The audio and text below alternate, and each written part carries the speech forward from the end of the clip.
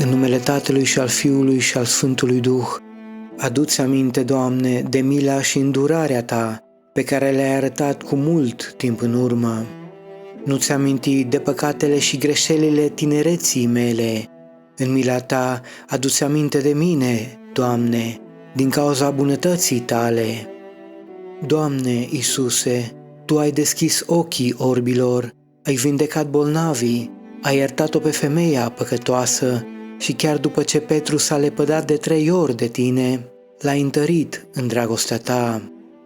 Ascultă rugăciunea mea, iartă toate păcatele mele, reînnoiește dragostea Ta în inima mea, ajută-mă să trăiesc în unitate desăvârșită cu frații mei creștini, ca să pot vesti puterea Ta mântuitoare întregii lumi. Tu ai ales să fii numit prietenul păcătoșilor. Prin moartea și învierea Ta mântuitoare, eliberează-mă de păcatele mele.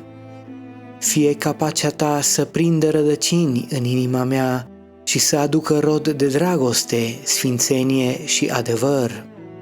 Tată, am păcătuit împotriva Ta și nu sunt vrednic să fiu numit fiul sau fiica Ta.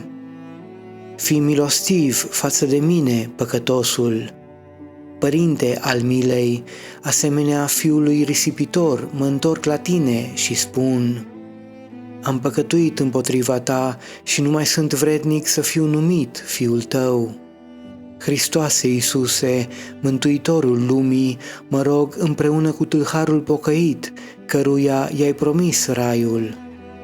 Doamne, pomenește-mă în împărăția Ta. Duhule Sfânt, izvor al iubirii, Te chem cu încredere.